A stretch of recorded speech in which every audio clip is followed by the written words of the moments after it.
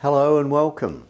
I'm Ian Green, the Chairman of the Great Stupa of Universal Compassion. I really want to welcome you all to Vegecareian Festival 2020. Of course, it's not just an ordinary Vegetarian Festival, it's our first and hopefully our last virtual Vegetarian Festival. We've got lots of things in store for you, but first of all, I want to thank our sponsors and the people who've made this whole thing possible. First of all, the City of Greater Bendigo, who've helped us with funding, and also the Victorian Multicultural Commission, who've actually helped us buy this camera that you're seeing me through today. So thank you very much to our sponsors.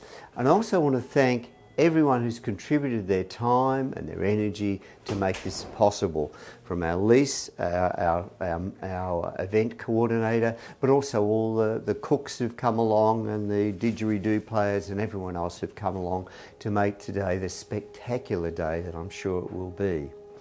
So that's really about it. There's so much to see throughout the day, and we really invite you to hang around to watch our cooking demonstrations, to hear the Buddhist monks and nuns do their prayers. And these prayers are not just for you, they're also for your animals as well. So we hope you've got your animals right there with you in your living room or wherever you're happening to watch this. So enjoy Vegetarian 2020, and I'd now like to hand over to the Vegetarian Coordinator, Elise. Thank you so much. Hello and welcome to Vegetarian Festival 2020. Thank you to everyone who's tuning in today. We've got a lot in store for you. And I do want to say a special thanks to our sponsors, so the Victorian Multicultural Commission, as well as the City of Greater Bendigo, who have allowed this festival to be possible. So this is the first time, as Ian said, that we are running this festival digitally, and we've tried to take the best bits of Vegetarian Festival for you to enjoy today. So we've got some cooking demonstrations, some meditation and other healing activities, as well as an animal blessing. So I'll let you know when you need to tune in with your animals. We're also going to be running a competition today as well, so stay tuned for that. I'm in the beautiful gift shop here today. And we will have a voucher and some beautiful goodies in a hamper for you to win. So make sure you're listening out for that. To get things started, I'd like to introduce the Murnong Mummers. So the Murnong Mummers are based in Castlemaine, and they're an Indigenous catering group. They're doing a couple of different cooking demonstrations with us today, but I'd like to welcome them to do a welcome to country before we begin the proceedings. Thank you.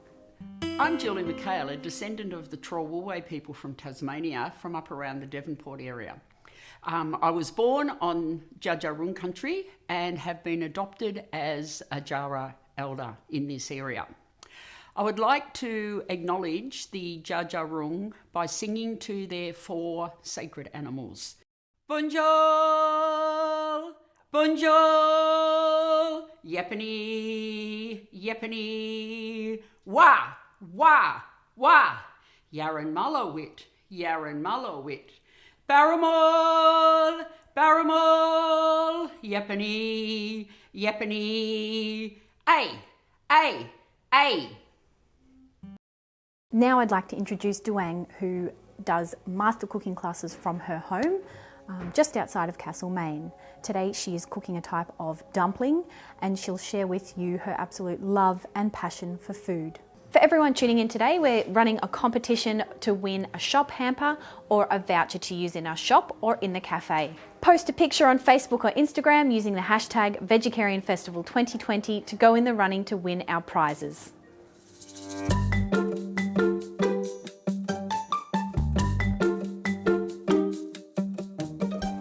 Today we're going to be making dumpling, and there's a lot of kinds of dumplings. But for the sake of today, we're just going to be making gyoza, which is spelled this way, G-Y-O-Z-A. And gyoza is probably originated in China, but the Japanese have also claimed it to be theirs, and so has other places in Southeast Asia. And it is fun to make gyoza because it is a perfect dish to make as a party. And the ingredients that go into gyoza is very flexible. You can pretty much choose what you like to put in it. The only principle in choosing what goes into gyoza is that the inside, what goes inside, has to be dry, which then screens out things like pumpkin, because pumpkin has too much water. So for today, I have chosen the classic ingredients for dumpling is cabbage, carrots, mushrooms, and we have two kinds of mushrooms. This is a dry Chitake mushroom from China, and this is a cremini or Swiss brown mushroom. I chose this one because I think it is more has a lot more taste than the white mushrooms. With the Chitake mushroom, it has such a wonderful umami flavor. Umami is one of these very natural flavor enhancer that comes in mushrooms, especially dry. In order to use Chitake mushroom, you have to soak it first. So I've soaked this morning, and it's been soaking in hot water. Now the water is quite cold for maybe 2 hours. But first things first, the first thing you would prepare is the cabbage. And although I know that everyone can cut cabbage, let me just show you a few tricks. To use the cabbage, you take out the spine of the cabbage because it's tough, and this just gets thrown away.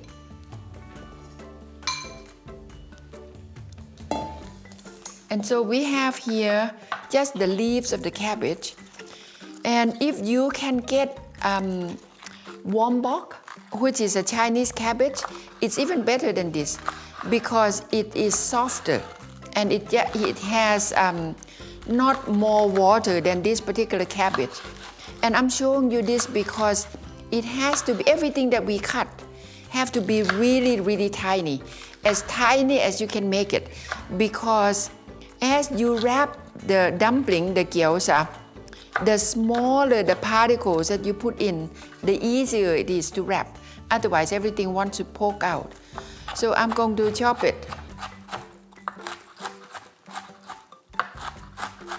really fine. And even if when it's this fine, I still have to go over it again to make sure that it is really fine. And you would appreciate how helpful this is when you get to wrap it. And then with this, we just put it in a bowl by itself. And I had pre-cut this to show you. And this has been soaking in salt. I sprinkle a tablespoon or maybe half a tablespoon of salt on this already. And what salt does is it draws out the water inside the vegetable. So when you squeeze it, you get cabbage that is more dry than if you didn't. And the other thing that it does, the salt does, is that it makes this very crisp vegetable sweat. So it becomes soft. Okay, because that's ready, we are going to cut the carrots. Now, this is the carrot that's been cut. And you could actually use a grater for this. I don't use a grater because I think that the grater brings out more water. And so more water comes out in the carrot. And remember, I want the inside of the dumpling to be really dry. So I just want to show you how to cut the carrot so that it is that small. When you are cutting something that's round and straight, always put the straight side down so that you have less chance of cutting your having an accident. Again, put the flat side down and cut it into matchsticks. Turn the matchsticks around and make them into little cubes. tiny little cubes.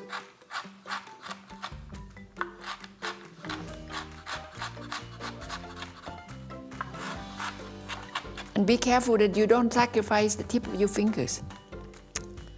Again, go over it to make sure it's really tiny.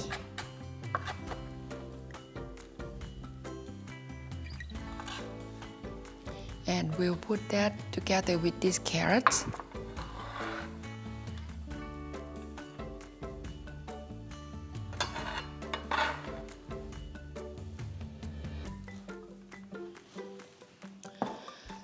Do the same thing with mushrooms, and here is the Chitake mushroom. You squeeze out the water as much as you can. Get rid of the stem because it's really hard to chew.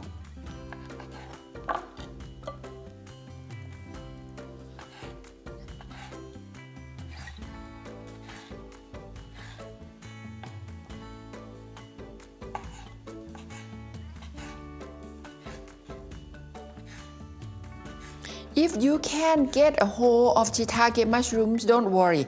Just use regular mushrooms. But I think that even though I say that the ingredients is very flexible, I highly recommend that you have mushroom, because there is this flavor in mushrooms that just make food taste better. The Japanese call it umami. So so you just cut up everything. We have 1 clove of garlic, just about 1 thumb size of ginger, and here it is already chopped up. 1 clove of garlic and 1 thumb of ginger, cut very fine again, and just 1 green onions, all chopped up, and it looks like this.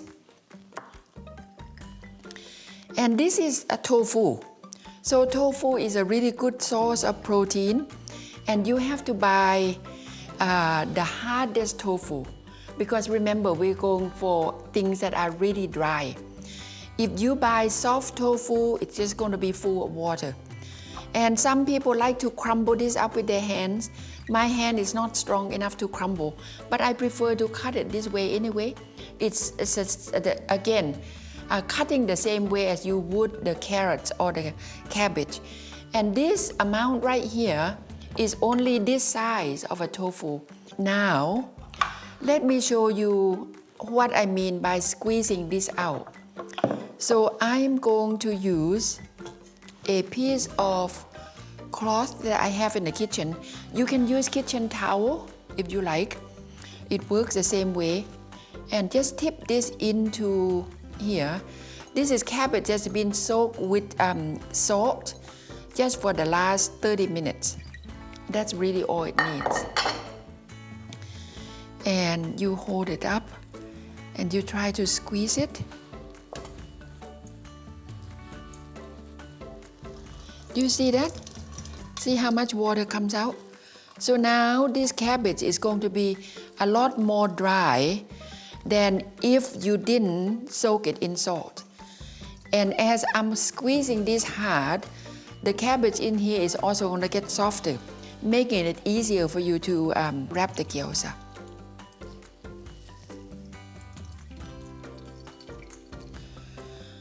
You see how much water there is in there? A lot. Just from that few leaves of cabbage. Now you have just a little bit of cabbage left. By the way, I haven't given you any measurements of the ingredients, and that is because the first reason is that I don't measure. The second reason is that it depends on how much you're going to make. Gyoza is a perfect activity to do in a group. So you might want to make so much so that you can have a lot of people come together and wrap this together. So you might want to use half a cabbage. Now this only is like 3 leaves of cabbage, and this will probably make about 24, 25 gyoza, depending on how good you are when you wrap. And we will do that together just a minute.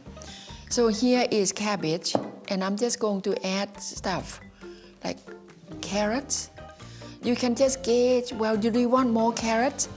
Now carrots is really good because it's sweet. And I also recommend that you always use carrots or some kind of a vegetable that gives you the natural sugar without having to add cane sugar. And here is mushrooms. I love mushrooms, so I'm going to put a lot in. You know what? I'm going to put all of the carrots in. Why not? And all of the tofu. And this is one green onions, 1 clove of garlic, and 1 thumb of ginger. I think we've got everything in there. Now, how do we season this? So remember that the cabbage was soaked in salt, so it's already quite salty in there. And here is some black pepper. This is just as you like. If you like a lot of pepper, put a lot in. If not, not so much. And some salt. Not much, because I want to flavor this by using mushroom vegetarian sauce. This will give it a little bit more, the body comes together.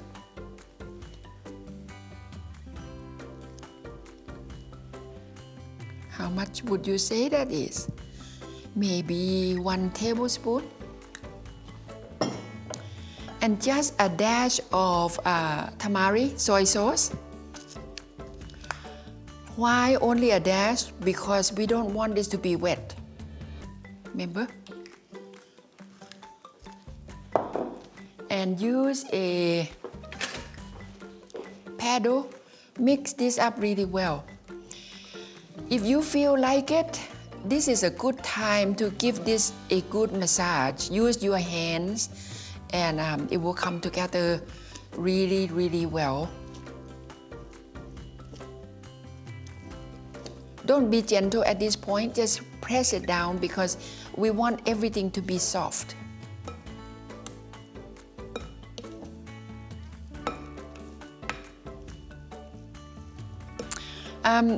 This is a package that we saw before, and this is 500 grams.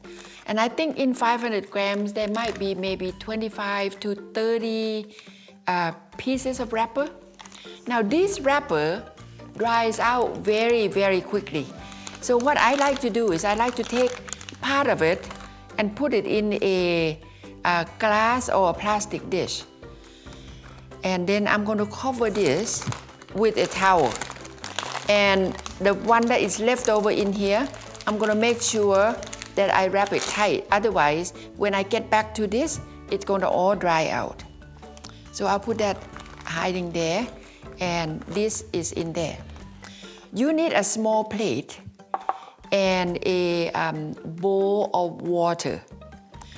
And you just get 1 piece at a time. The first thing is to wet the rim of the wrapper with just water. Make sure that it doesn't go over the edge, because the next time you want to put something down, it doesn't get wet and then it all gets sticky.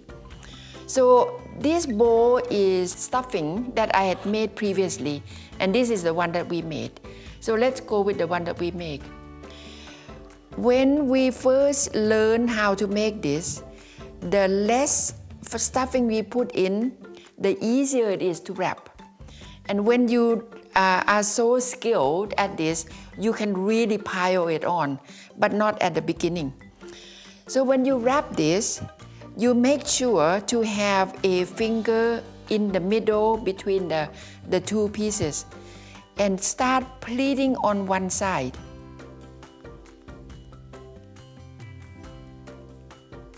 Start pleating on one side and use the finger that is in the middle to push the stuffing in so that it doesn't come out.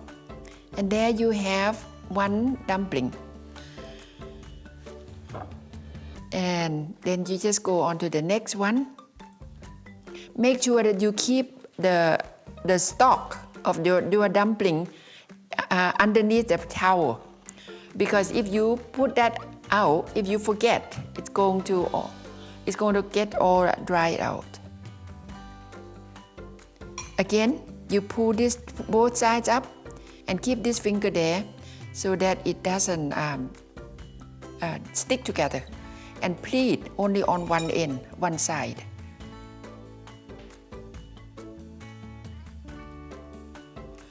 Sometimes vegetables like to come out like that. You have to get rid of it because it makes the gyoza look not very tidy when you cook it. And there you have a second one. When you place this down on your plate, make sure they don't touch, because these really are beautiful friends. They want to get together, and once they touch each other, they won't fall apart again. And so you have a whole lump of sticky gyoza or dumpling. See how this is previously made, and I have to make sure that they don't touch each other because they're just like magnets. They want to be together.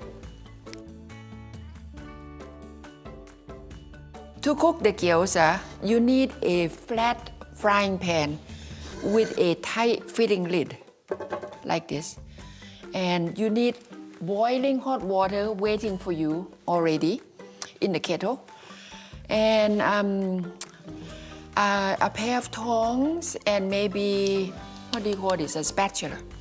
Okay, so you turn this on to start with high heat,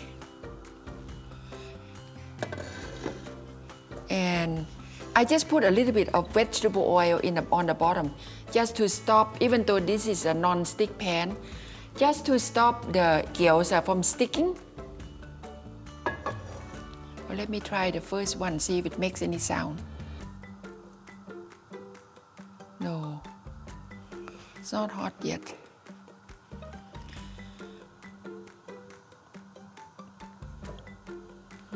I see some activities. Okay.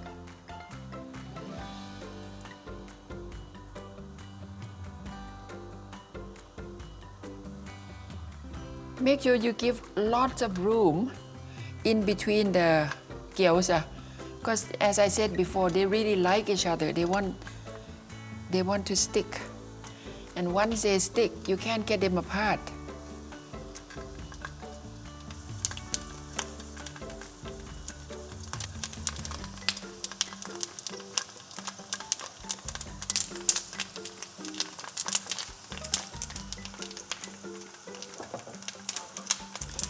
You could lower the heat a little bit after you put everything in to slow the cooking a bit. And this is the hardest part, when you have to just wait for the bottom to get brown.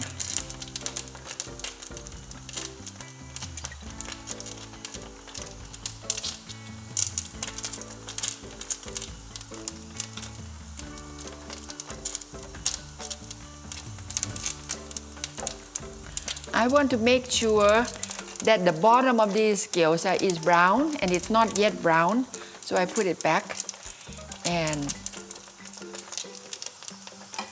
can count sheep.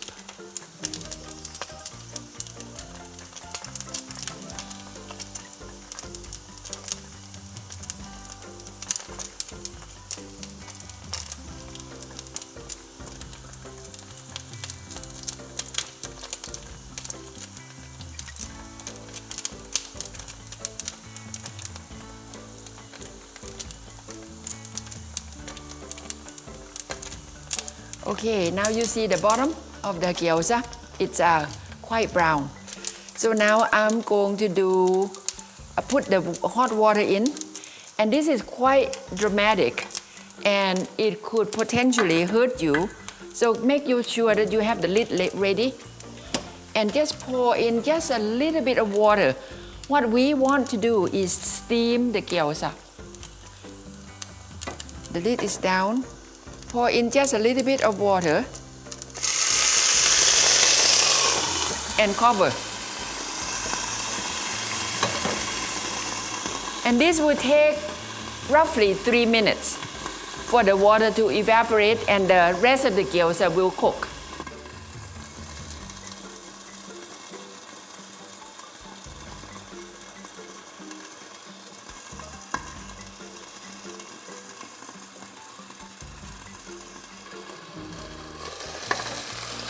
Okay, now it looks like the water has pretty much evaporated. I'm going to open the lid and let it cook until all the water is absorbed, which is not much. Just not much. Again, they want to get close and they will stick.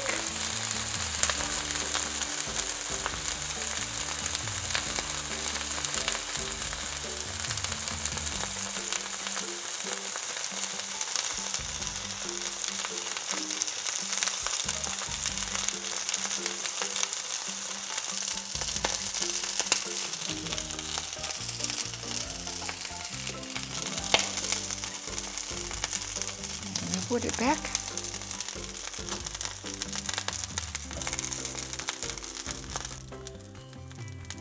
Now our gyoza is ready to be eaten, be enjoyed. And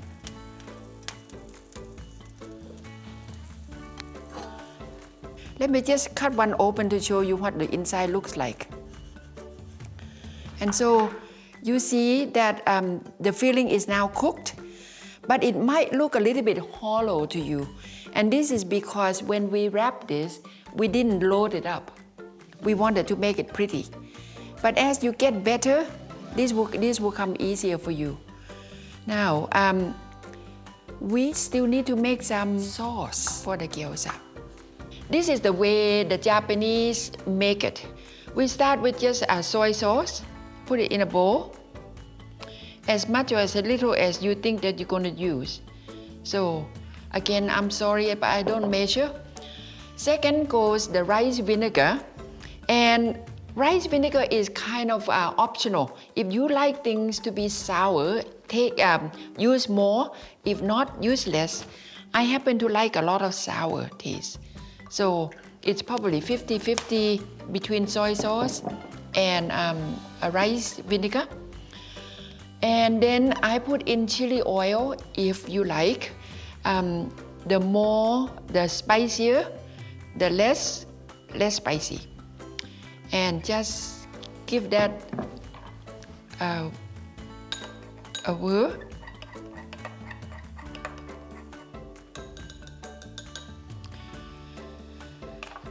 Now, there is black vinegar here.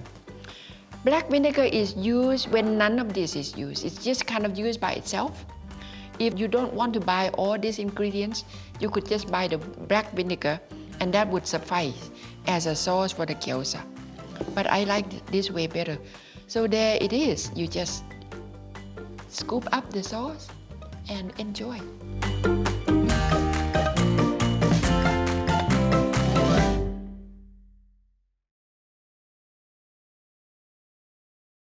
For this next segment of the program, please find an area where you've got lots of space and maybe grab a yoga mat if you have one. We're going to do some yoga with Venerable Dreame in the Peace Park. Welcome to our yoga practice together at the Great Stupa. And behind me we have Kuan Yin today. This sequence today will be for all.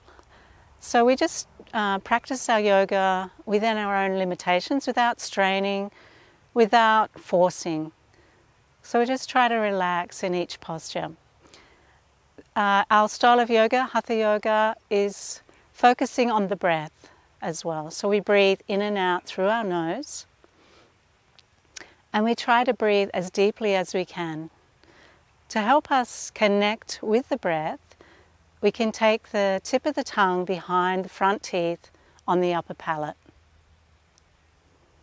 That way you can hear the breath. It sounds a bit like the breeze through the trees. So we're going to start off by standing. So standing on a flat, even surface, preferably with bare feet.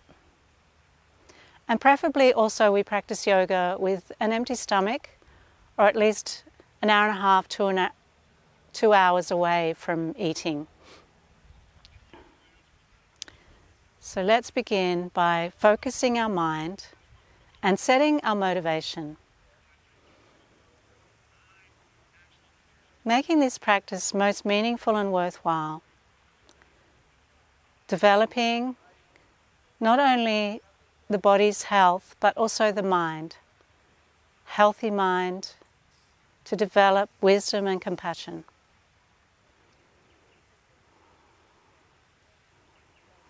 Not only for our own benefit and happiness, but for the benefit of others. So we can think like this. So let's take a deep breath in, and as we do, we can lift our arms at the same time, breathing in deep, filling up the lungs to the top, pausing, and breathing out, lowering the arms slowly.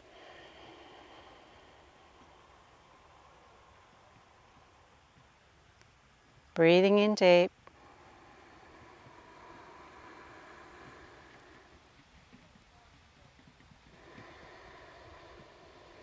Just slowing down with your breath, connecting the mind, the body, the breath.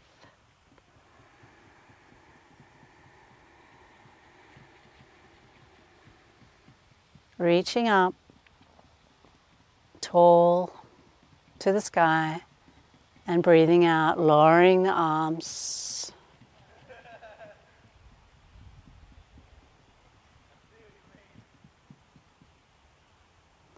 Relax. Now we're going to take a side stretch. So we're going to take one arm down, the right hand down first, squeezing the right side first, sliding that right hand down, and taking the left arm up as far as you can. If you want to, you can take your arm over. If it's too strong, don't do this part. And then breathing in, lowering the arms and standing straight. So breathing in, lowering to your left hand sliding down the leg, right hand coming up.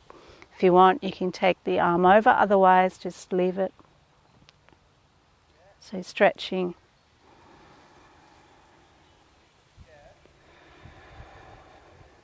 Side stretching without twisting the body. Keep the alignment of your body.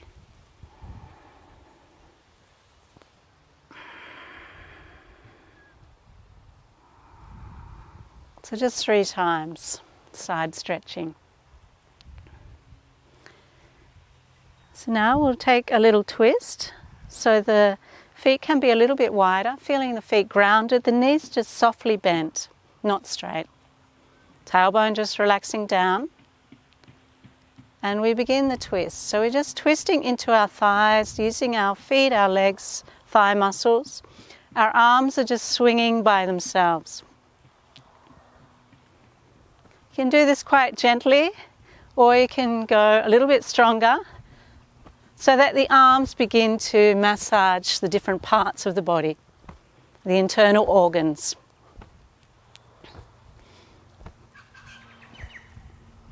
Using the strength of your legs, keeping the knees soft, twisting right around, looking behind you as far as you can.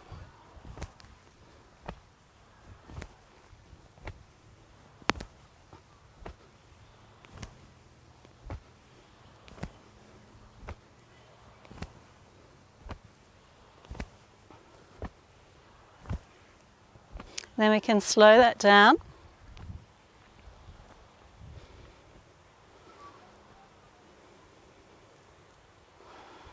And come back to the beginning.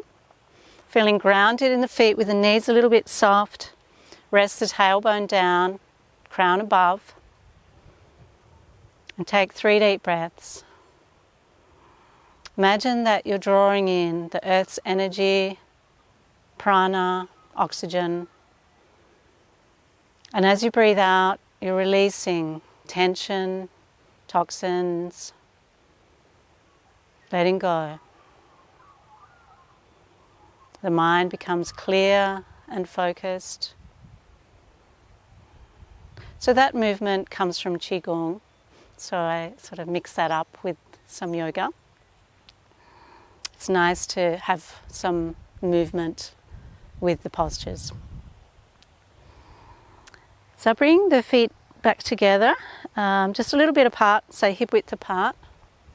And we'll take a back bend and a forward bend. So to protect your back, you need to use the pelvic floor muscles, the thighs, the buttocks, the stomach muscles. And we just take this gently. So I'll turn around so you can see. So breathing in, raise the arms, stretch up, tall, lengthen through your spine. And then you can take the arms around the back, interlacing them. Squeezing back the shoulders, we'll do a little back bend. And we start the bend from lifting up through our knees and thighs, our pelvis, our stomach, our chest. The chin last of all. And coming back to center, breathing out, lifting the tailbone, stretching the chin forwards. Lowering the head down. Not straining the back, keeping the knees soft. Just let the head go. And take 3 deep breaths in this posture. Each time you breathe out, you'll let your body sink down. Relax your arms, but still lifting up. Keep the neck soft. And then coming up, just keep the chin in, stacking the spine with the tailbone moving down and the head aligning again.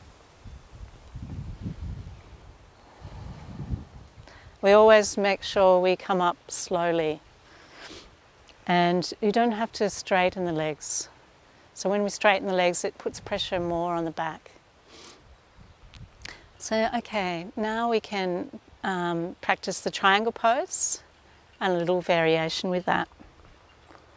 So taking the legs wide apart, turning the right foot out and the left foot in, and aligning your heel and your arch.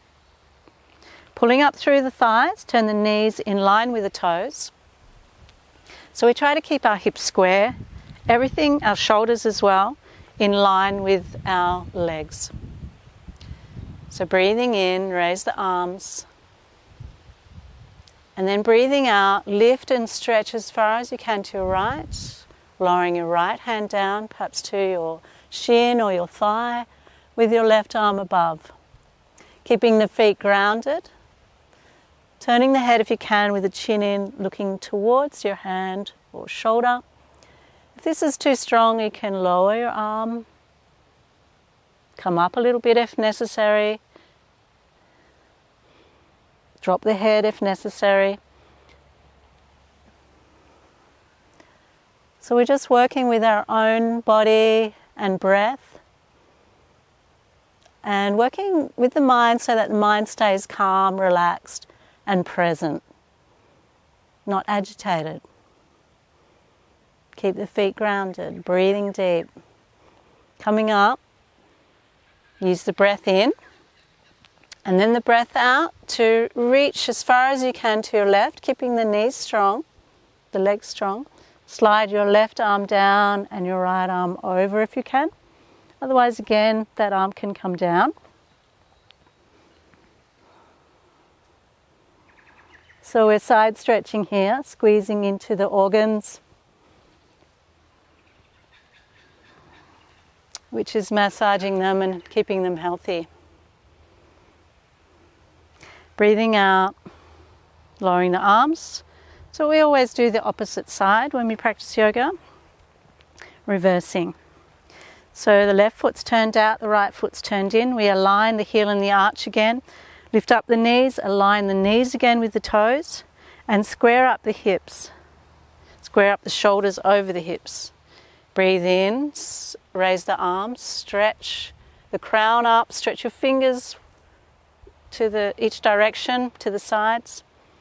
And breathing out, reach as far as you can to your left hand maybe touching your shin or thigh, with the other arm directly above if possible, otherwise behind again if it's pulling.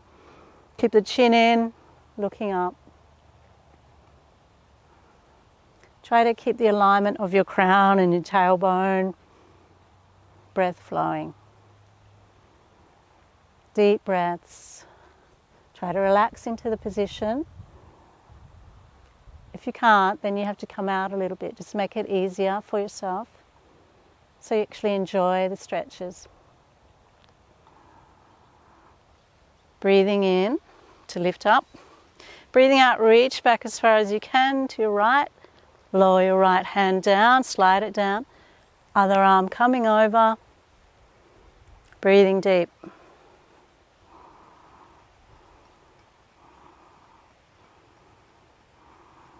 Three deep breaths.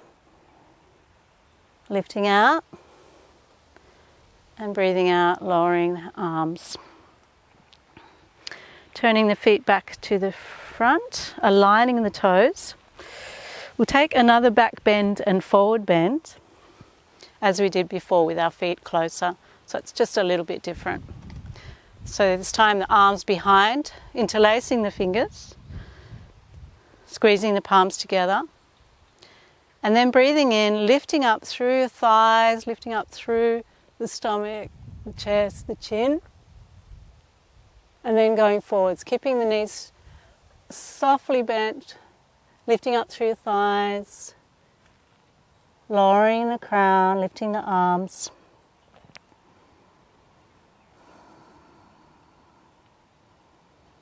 Breathing deep.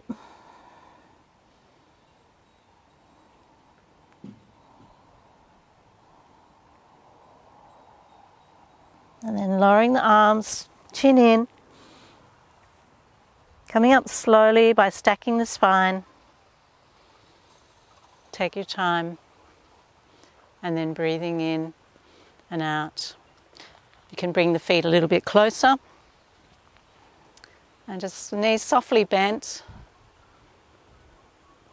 Feeling grounded, focused and connected with your breath, mind and body.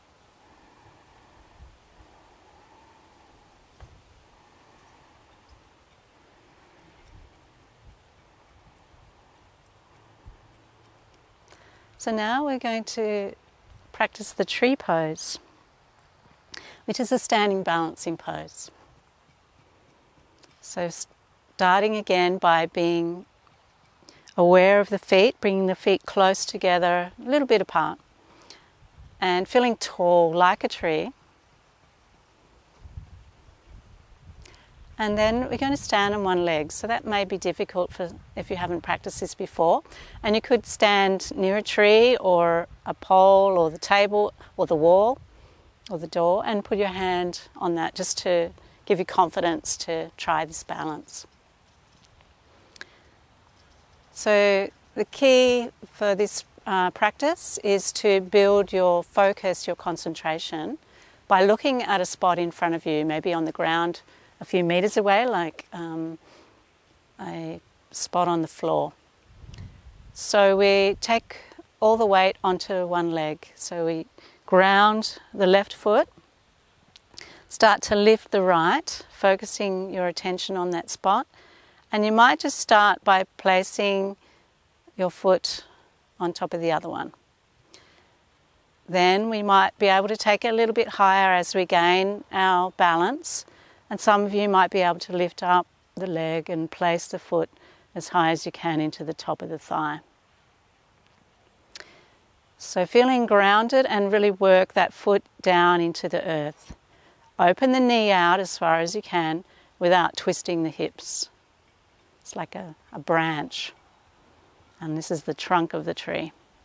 So breathing in, if you feel that you can take your arms up, reaching up to the sky as tall as you can, pressing the palms together, and then opening up the chest, lifting the chest, opening up the front of the body, and breathing as deep as you can, staying focused. Like a tall tree reaching to the sky.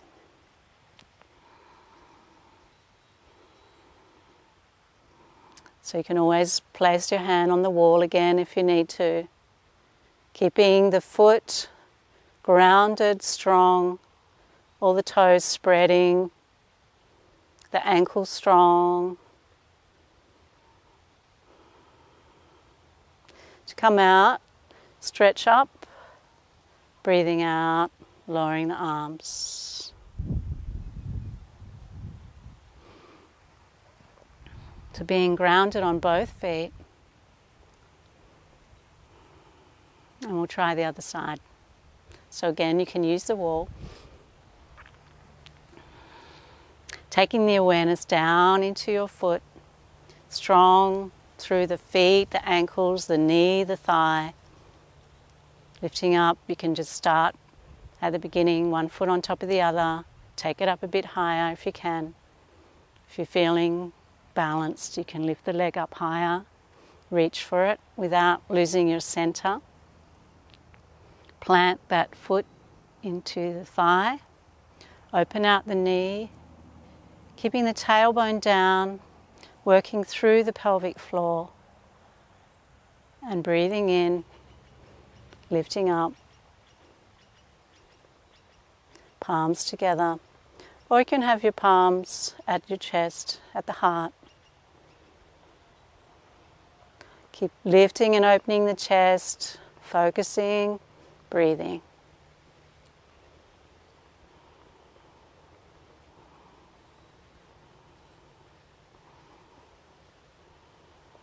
Try to relax in the position, maintaining that strength and length and concentration.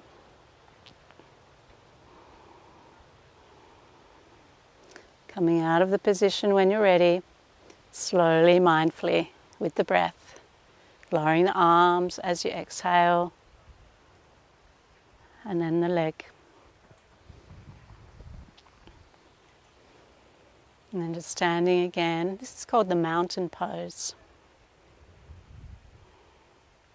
Steady, tall, immovable, like a mountain. Just focusing on the breath, rising and falling.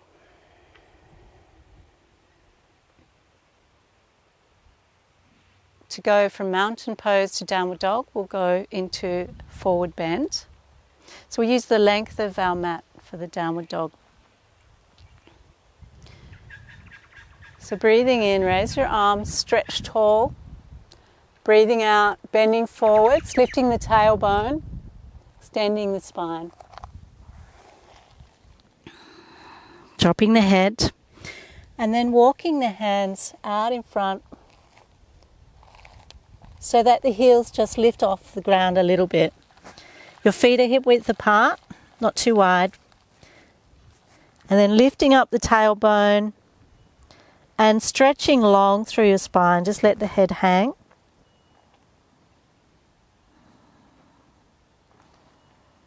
Keep the knees lifted, tummy in.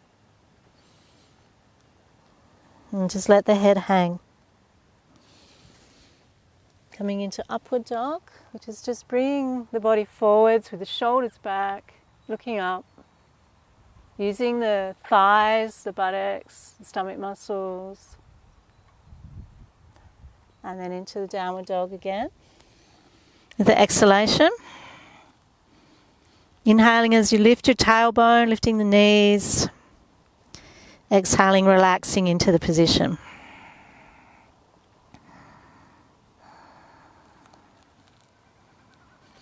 And then lowering onto your knees, flattening the feet and bringing the hips down, depending on your knees, how far back you go. Letting your elbows rest and your forehead rest to the ground. Bringing the hands back near your toes.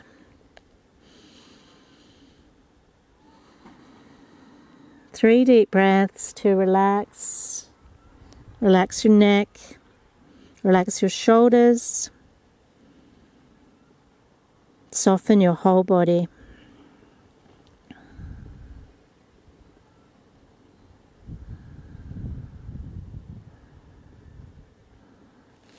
And to come up, we can just bring the chin in,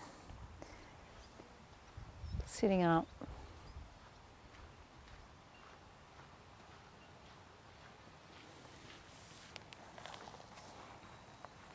So now we're going to lay down on our back.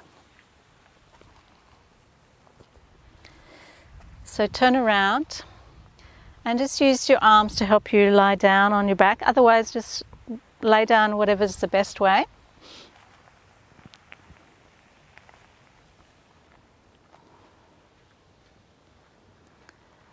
Into Shavasana.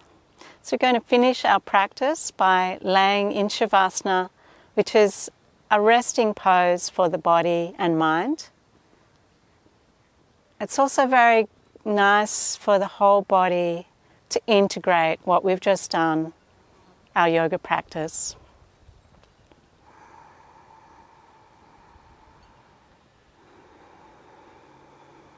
So breathing out, letting your whole body relax. Imagine that when you breathe in, the breath comes in through your toes, through your fingertips, right up to the crown of your head. And breathing out deeply, the breath can flow out through your fingertips, through your toes, washing away any tension, any tightness in the body, as well as all the toxins and impurities.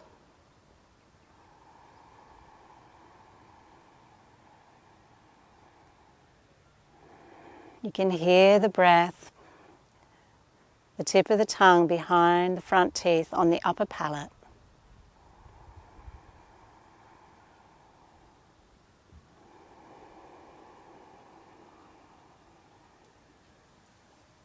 Each breath out, relaxing deeper.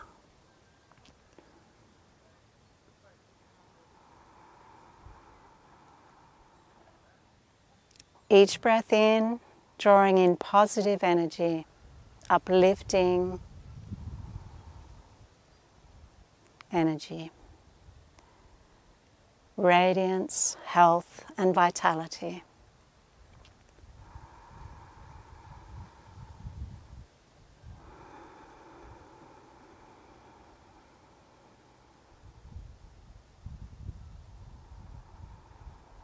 Imagine now that the body and mind is completely balanced, healthy, radiant,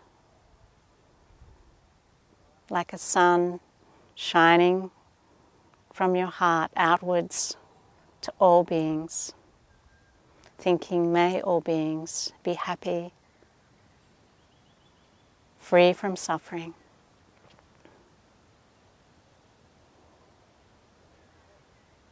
So here we finish our practice by remembering our motivation and dedicating all this positive energy we've created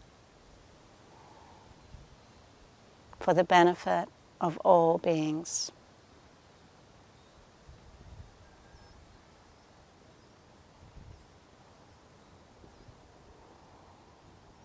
So you can stay like this for some time if you like.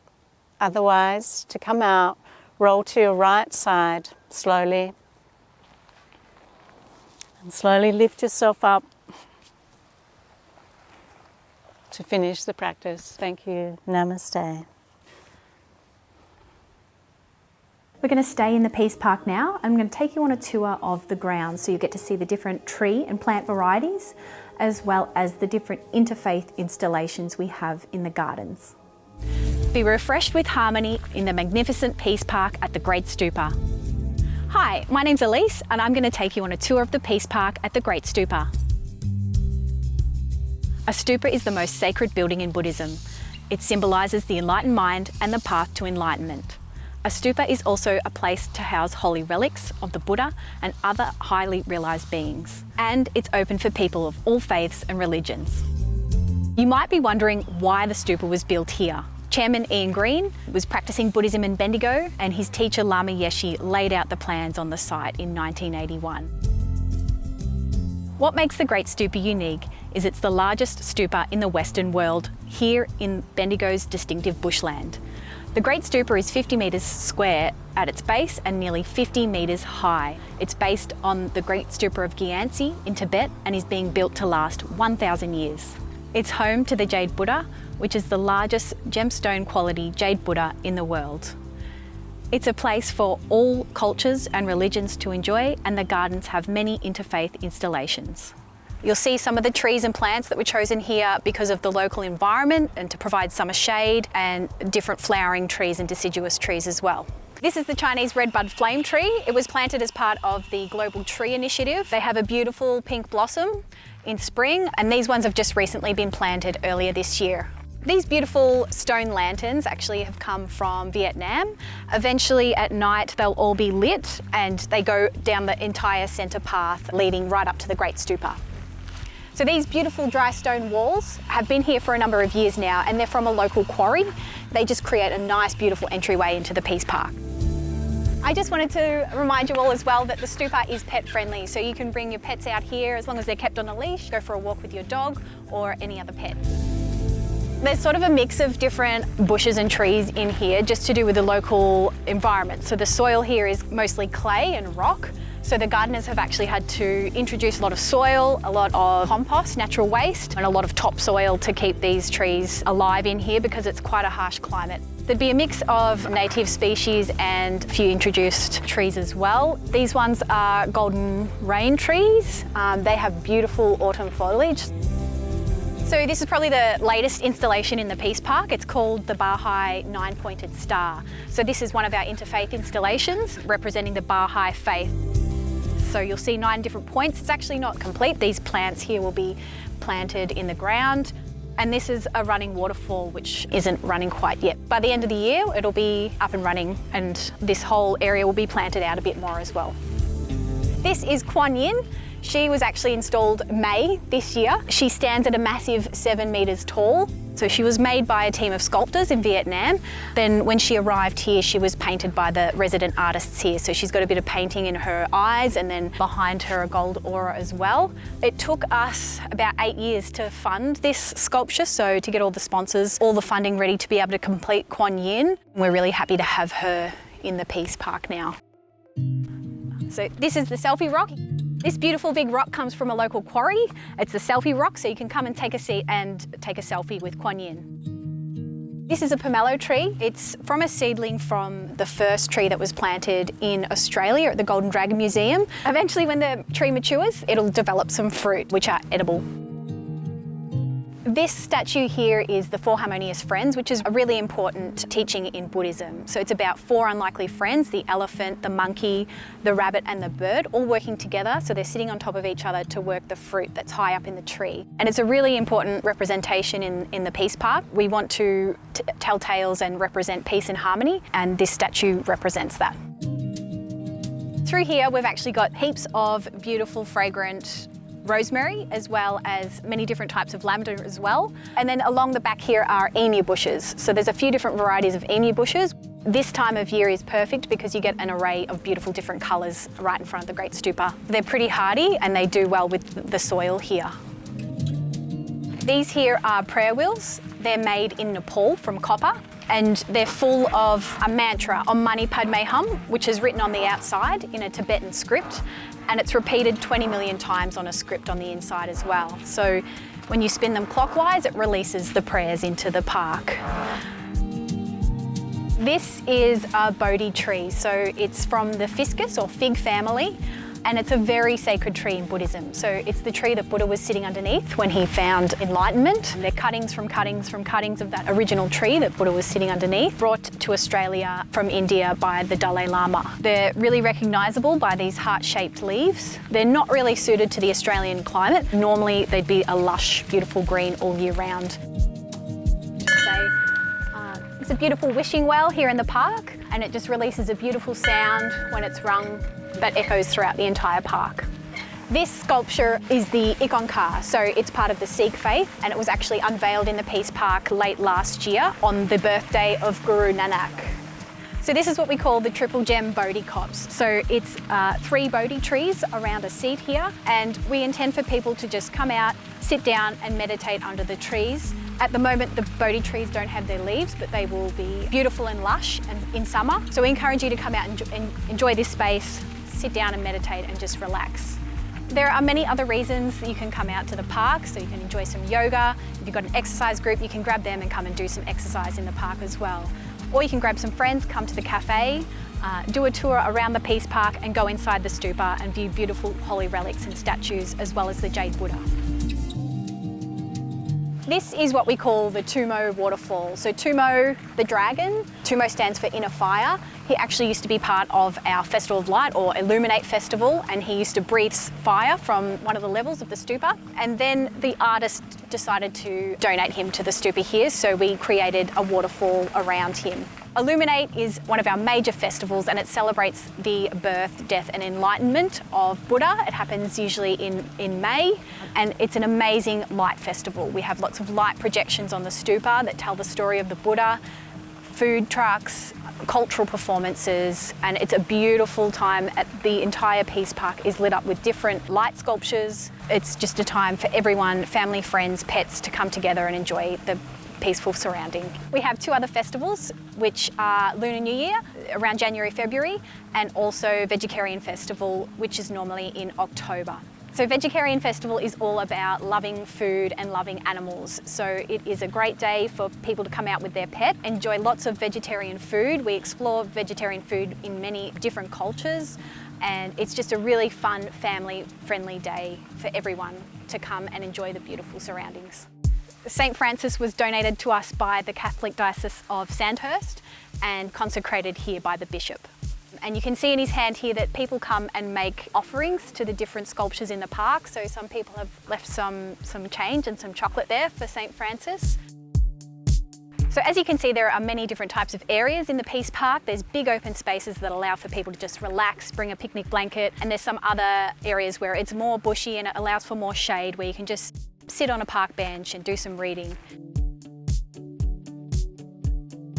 A Peace Park is all about promoting peace and harmony, so it's a really inclusive space to welcome everyone, so people from all different types of cultural backgrounds, religions, just a place for everyone to enjoy. This here is the golden Thai Buddha. It was donated to us by a benefactor. The eyes have been painted by Lobsang Konchok, who is a Buddhist monk, really well trained in Tibetan artistry as well. Because the Peace Park is located in the beautiful Aussie bushland, you'll sometimes spot a kangaroo in the wild, early in the morning or in the evening. In case you don't, we have a kangaroo here with a little joey in its pouch. It was painted by some artists here. So we have 3 rows of trees that surround the entire stupa. The first level down here is Chinese elm. This one here is Manchurian pear. And then the next level up is crepe myrtle. All these trees are memorial trees, so people are able to place their ashes underneath the trees. The walls will eventually go all around the stupa as well, and people can have their ashes placed in the walls. These trees were chosen with the landscape manager Justin, along with the chairman Ian Green, as appropriate trees for the memorials, just because of the way they grow and because of the soil here as well. We just missed the beautiful blooming Manchurian pears, which have a beautiful white blossom. Crepe myrtle also have a beautiful pink blossom as well. On the top level of the stupa, we've got these rose bushes. So there's Fraser Yellow and Camp David Red that alternate. These rose bushes were chosen by the spiritual director, Lama Zopa Rinpoche, and eventually they'll go all the way around the stupa. So there'll be about 60 bushes in total. These 2 statues either side of me are Tibetan snow lions, so they're the protectors of the Great Stupa.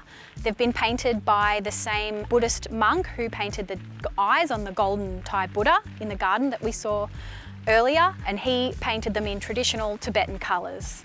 Construction for the Great Stupa started in 2003 when their foundations were laid.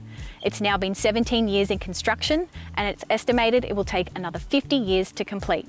So far, the stupa and the gardens have cost $10 million, and we expect to spend many millions to complete the whole project. The project includes not only the stupa and the beautiful peace gardens, but also a cafe, a restaurant, a hotel and a village, and further down the track, a primary school. The whole project is self-sustainable, meaning we'll have our own water and sewage systems as well as a solar farm for electricity.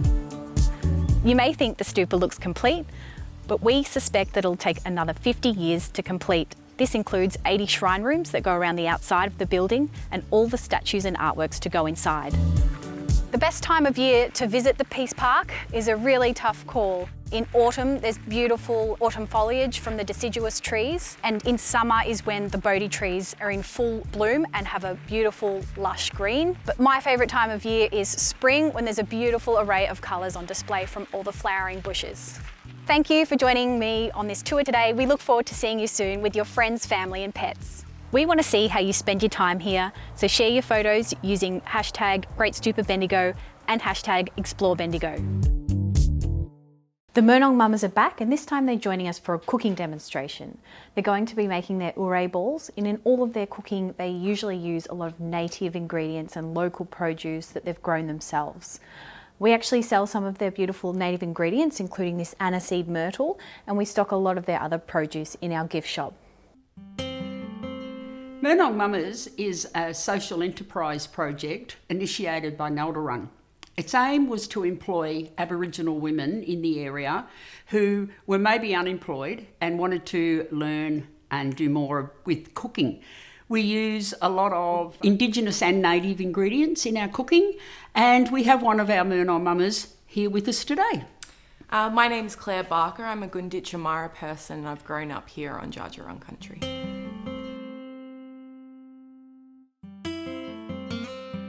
The Davison plums that are used in the ure energy balls come from a plant that grows in northern New South Wales and southern Queensland, so they're subtropical. There are 3 different types of Davison plum. The name Davison plum was given to the 3 varieties of the plant because a man who was a sugarcane farmer called Mr. Davison discovered Davison plums, which gets Aboriginal people a bit cross because so many of our plants are named after white fellas. So we prefer to use the original names. There are 3 different species of Davison plum.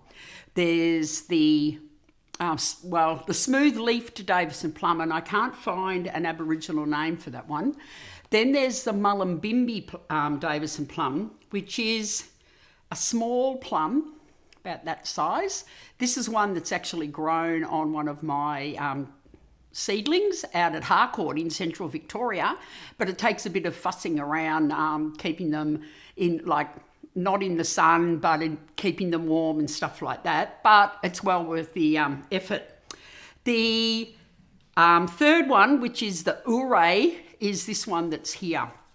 It grows more in Queensland, and the interesting thing about the ure is that, or all the Davison plums, is the fruit actually grows out of the trunk.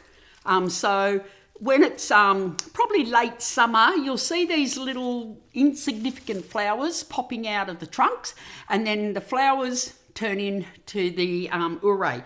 The ure is a bigger plum, and they can actually end up being probably about that size. This one has been frozen, that's why it's a little bit wrinkly. But if you look inside a Davison plum, it actually has 2 cores, one on one side and one on the other side. So you don't actually get a lot of Davison plum because most of it is taken up by seed on the inside. The Davison plum, or the ure, that is used in the energy balls has been dried and then crushed to make a powder, which makes it easier to work with. Claire and I today are going to make the ure balls, which is something that we make a lot, and this is a favourite ingredient, which is commonly known as the Davison plum. So we've got some information and a recipe here. So today we'll look at the ingredients. These are the dates that we use. These are already pitted. So this is the ure, known as Davison plum, and ure is the Aboriginal word, so we prefer to use that. It's a beautiful, beautiful colour, and it's an ingredient that has a sweet and sour taste to it. Very, very beautiful. So this is roasted ground wattle seed. It's a beautiful flavour, sort of coffee, isn't it? A little bit coffee. Yeah. We use it a lot. Very beautiful smell to it. This is chocolate. It's a good organic cocoa that we use, which just is beautiful with these 3 ingredients. We've got almond meal, oats and chai seeds. The oats are optional. Some people who are gluten-free can't eat oats, so we eliminate those, but they're actually very nice in it. So today we're going to use the 3 ingredients. So for the wet ingredients today, we could either use coconut oil, you could use coconut syrup, any kind of syrup like agave syrup. We just need a wet ingredient to help bind that together. Today I'm going to double the recipe. So I'm going to put 2 cups of dates. What's great about these is there's no cooking, which I really like. I'll get Claire to do the dry ingredients. So we just want a few tablespoons of our cocoa, always obviously depending on how chocolatey you'd like it. Another tablespoon of the wattle seed here. Again, you can always go by taste and preference. And then the most important ingredient, which is our Davison Plum, or ouvre. We're just going to add the chai seeds, and I've measured that all out, but really it's a sort of recipe that you can sort of add anything you want. If you did want to put some apricots, anything. Today I think we'll use the syrup. Again, I kind of do this a little bit. I mean, I use a tablespoon. Once I've blended it, then I'll see, you know, if it needs a bit more. You can always add coconut, whatever, really. That's it. Now this is going to be the noise.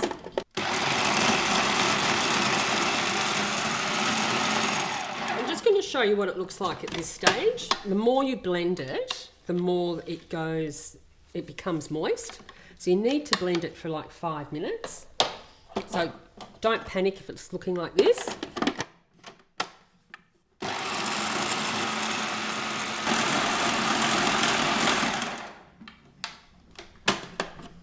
That's kind of perfect. Where you see that it's become a bit sticky, but it's all bound together. So the kind of longer you process it for, the more that it becomes more of a paste. In the mixture here, again, we've got the orey, and we can always, you can add as much as you like, really. Just remember this ingredients is really expensive. So sometimes I like to just do it in orey, but that is going to cost you a lot more. The coconut is already added there.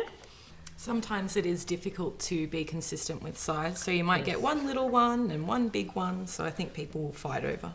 Yeah, and we all do it differently. Each staff member does it differently. Sometimes they are incredibly big and sometimes they're small, so we're just trying to be consistent. We could do some with just orey, and I'll just show you what it looks beautiful like that.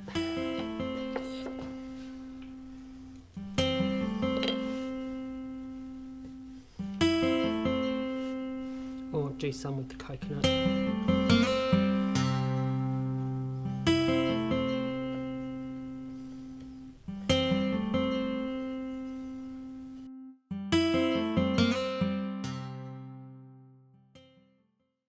If you have a pet, now is the time to get them to join in with you. We're going to go to the animal blessing now with the monks and the nuns who live on site at the Great Stupa. And just by hearing their prayers and mantras, your animal will be blessed. So any animal can join in, whether or not you have a cat, a dog, a ferret or a bird. Just by hearing these prayers, they will receive the blessing.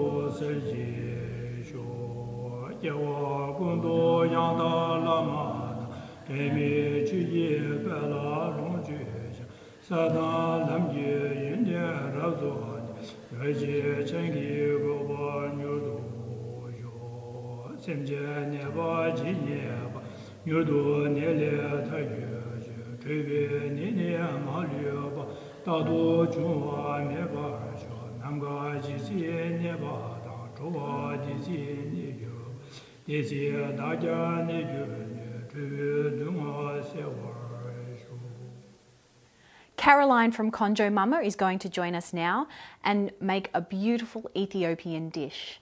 She's also going to share her story and how she learnt a lot of these traditional Ethiopian recipes. Hello, I'm Caroline, and I'm here to introduce you to some of the wonderful flavours of vegetarian food in Ethiopia. My family runs a Konjo Mama food van, and we sell vegetarian Ethiopian food at markets and events all around central Victoria. We're from Newstead and we often trade in Castlemaine and Bendigo, and sometimes we go to Melbourne for multicultural events. We love coming to the Great Stupa for the Vegecareian Festival. Of course, unfortunately, this year none of the festivals have been possible. So we're really grateful for this opportunity to be able to talk to you about Ethiopian food and share a recipe with you that you can make at home. Ethiopia is an amazing country.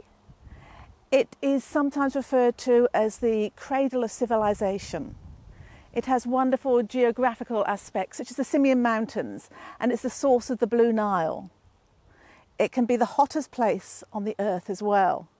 And of course, it is the home of some very special food. Ethiopia also has a special significance to our family. Our adopted sons, Nati and Tensai, come from Ethiopia. And when we collected them and first met them, we met members of their extended family who taught us how to cook. And we have been back to Ethiopia on many occasions for lots of visits, and each time we come back with a new recipe. There is so much vegetarian food in Ethiopia, and one of the reasons for that is because about 50% of the population follow the Orthodox Christian religion, which means they fast twice a week. So on Wednesday and Friday, they are fasting days, which means they do not eat any animal food, meat, any animal products, but a lot of wonderful vegetarian dishes. So we have been so fortunate to have our eyes opened to these flavours, colours, the nutritious deliciousness of Ethiopian food. The dish I'm going to demonstrate for you today is called Mesowot, and it's based on red lentils. So with today's Mesowot, we not only have heaps of flavour, but lots of nutrition as well, because the lentils, of course, will give us some protein. And we have red onion, garlic and ginger to give us some vitamin C and some fibre, and tomatoes, which will give us antioxidants as well. So combined with the Ethiopian spices, we're going to cook up something quite delicious. Now, as with many dishes, we're starting off with some finely diced onion, and we are going to gently sweat that in some oil. I'll just pop this on the burner here, and in goes the onion. And in Ethiopia, often red onion is used as it's sweeter than the brown onion that we tend to use more in our dishes. And I'll just turn the flame up here a little bit to get that cooking away. Now, this beautiful oil that I'm using is not just vegetable oil. This is one of the secrets of Ethiopian cuisine. It's a spiced oil, and it really is the most beautiful colour, has an amazing aroma, which I'm so sorry I can't share with you, and it adds to the flavour of all the Ethiopian dishes. Many dishes are cooked with kibe, which is a spiced butter, but of course on fasting days we won't be using the butter, so we use the oil instead.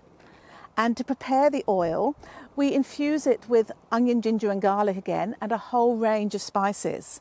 Cook it up for about 20 minutes, then let it cool down slowly, absorb the flavours and leave it overnight. So some of the spices which go into the oil are here. Some we'll be familiar with, and some are particular to Ethiopia, but we can substitute here and get something close.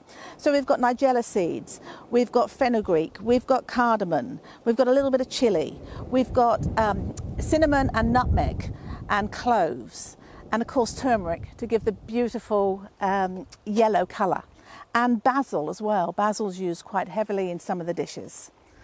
So oil's in there.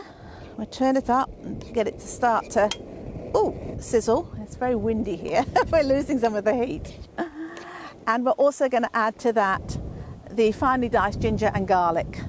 Quite a lot of finely diced ginger and garlic to really add the flavour.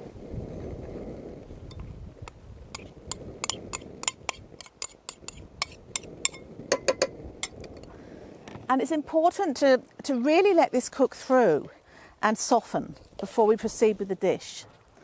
So we'll give it a stir, turn it up again, hope the wind doesn't blow it out, and wait for that to soften.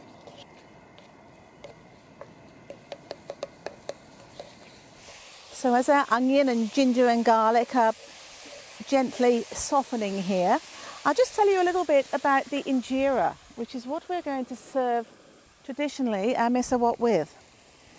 Injera is like a sourdough pancake, and it's a staple of the Ethiopian cuisine. It's made from teff flour, and teff is a very ancient crop and a very nutritious crop as well. It is a flour that will give us the 10 essential amino acids, and the only other place that we will get the 10 essential amino acids altogether are from animal foods or the soybean. So it's traditional, it's ancient, but it's nutritious, and it makes a very unusual and unique sourdough pancake. The grain is ground to a flour, which is made into a batter, and then that is left to ferment, and the batter is cooked as a steamed pancake. And today you can buy teff in Australia. I'll just give this a bit of a stir to stop it sticking. Let me turn it down a bit. Teff is actually grown in Australia now, and you can buy it in the supermarkets. Previously, injera in Australia was made with sorghum flour mixed with some rice flour and maybe some wheat flour, but now teff is available, and there are some wonderful Ethiopian bakeries producing really good injera. Okay, so we have our onions, ginger and garlic nicely softened, and the next thing we're going to add is the berbere. And the berbere is this wonderful, wonderful orangey red spice mix unique to Ethiopia. And the recipe tells me to put about a tablespoon of berbere. My family likes it really hot, so I'd put at least 2 tablespoons in usually. And as with all dried spices, it needs to be really cooked through before we add any of the wet ingredients. Now, berbere is a blend of all the spices I mentioned before, plus some. So here we have some Ethiopian passion berries and some Ethiopian cardamom and some Ethiopian pepper. It's a little bit different to the spices that we're used to, and it adds a unique flavour to the berbere. In there as well, of course, we have the nutmeg, the cloves, the cinnamon, the fenugreek, the ajuan seed, the nigella, salt, pepper, and the chili. Now, the chili is what gives it its colour and really spices it up. Having said that, Ethiopian food doesn't have to be really hot and spicy. It is absolutely a personal preference. It can be amazingly hot, eye-watering, or it can be mild, and it has a depth of flavour because there are so many different spices in it. You can just put in a pinch of berbere, a teaspoon of berbere, or a tablespoon of berbere, or more. We source our berbere direct from the boys' extended family in Addis Ababa. They obtain the dried spices and grind them and blend them themselves. Every family will have its favourite blend of berbere spices, but you can buy it in Australia as well, and most of the large supermarkets will now have berbere in amongst their herbs and spice selection, and you can buy it online. Now back to the cooking. What I'm going to put in next, as the berbere has cooked down, I'm going to add some tomato paste, and as with the spices, I'll let that cook through for a little bit before I add the rest of the wet ingredients. So we'll blend this in well and let it cook down. So the magic is in the pot now. All it's got to do is develop those flavours and cook together. And just to give it a minute to mix the tomato paste through. And then we're ready to add our chopped tomatoes. In they go.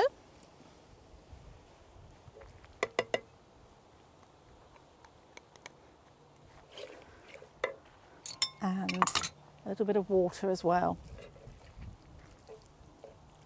So I'm guessing that by this stage this recipe is becoming a little bit familiar to you. It's just like a spicy tomato sauce.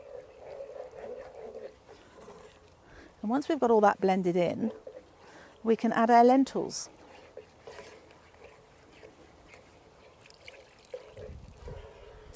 You can make a richer sauce if you'd like to use tomato puree or passata instead of the water, but I think there's so much flavour in here. The water is quite enough. Now I'm using split red lentils today, and they have been pre-washed to get rid of any dust and dirt that might be there. Using the split red lentils, the dish cooks very quickly and they cook down and absorb the flavours. Sometimes I use whole red lentils, and that gives you a very different result, a different texture. Both are equally as good. It depends how much time you've got. So in go the lentils.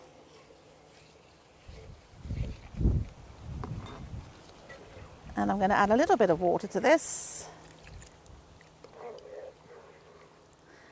And then we have to play the waiting game and let this bubble away anywhere between 20 and 40 minutes, keeping an eye on it just to make sure that it's slack enough and you don't need to add any more water as the lentils soften and absorb the sauce.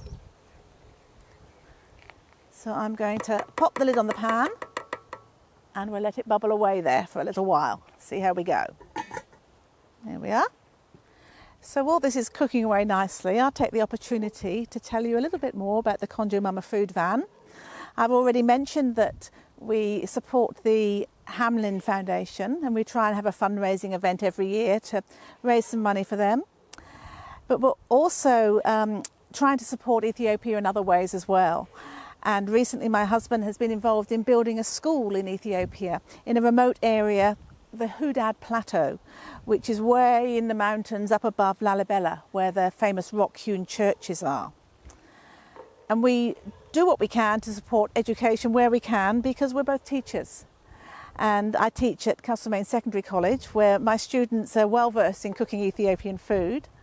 And recently we've been fortunate enough to team with Cafes for COVID, and we produced 200 meals for Bendigo Food Share, and we sent out 100 portions of this lentil dish, the Mesowot, and 100 portions of the bean dish, the Fulwot as well. So that it's been a pleasure to do that. And we link with other schools too. The River Nile School in Melbourne is a school for refugee and immigrant women from Africa. And we've worked with them and done some cooking with them, and they've run a little cafe from their school in Melbourne. So education is very much part of the Conjo Mama theme. Now I'm going to put the lid on that and let that bubble away there, and just talk about what we need to do when it's finished cooking, because the only other ingredients we need to add to this are some salt, which is here, and some lemon juice. Now it's important not to put the salt in too early, because that will harden the lentils and they never get really soft. So that goes in right at the end, and the lemon juice, the fresh lemon juice, goes in the end to give it a really nice, fresh, sharp flavour. So this really lifts the dish just before you serve it. And I'm going to cheat now, and I'm going to skip to one I prepared earlier. So here we have a finished Mesowot. So those lentils are all cooked down, they've absorbed all that wonderful spicy sauce. And I just like to serve that with a little bit of salad garnish. Just sprinkle on the top. Oops, there we go. The wind's going to blow it away, I think. And some capsicum, cut into very patriotic red, yellow and green strips for the Ethiopian flag. So we'll pop them on the top as well. And then just for some added texture, I sprinkle on a few pepitas and sunflower seeds that have been roasted. So that's going on there.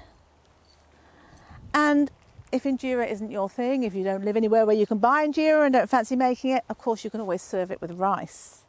And here's my golden turmeric rice. So it's basmati rice, which is simply being cooked with a teaspoon of turmeric and some cinnamon and cloves.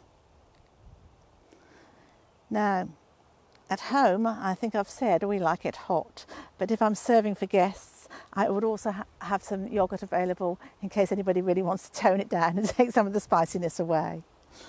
But there we are, we have Mesowot and spiced rice. Perfect for lunch, for a snack, for a meal, and you can add to it to make a celebration meal such as this.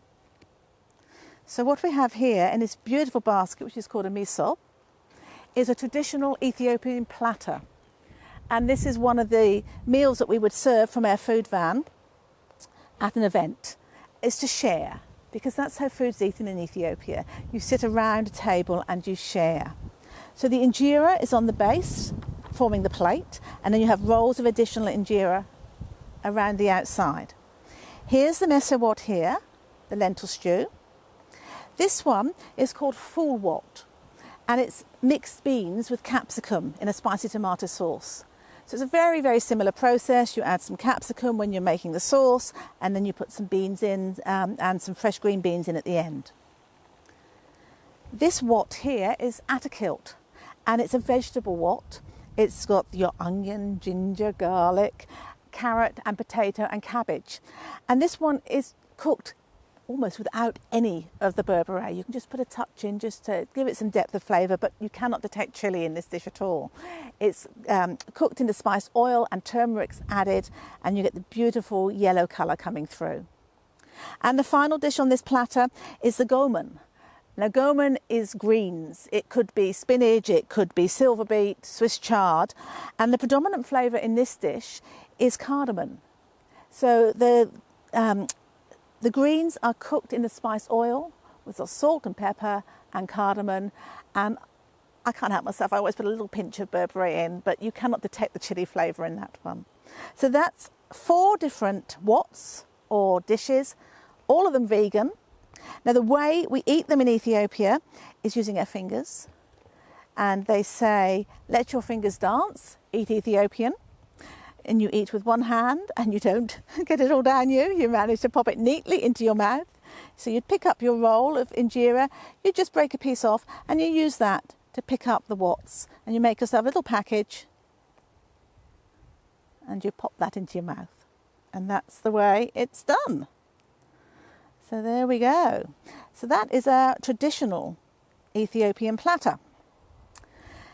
But we also serve a fusion menu as well, where we blend some of these traditional spices and ideas with a more contemporary burrito or a taco, for example.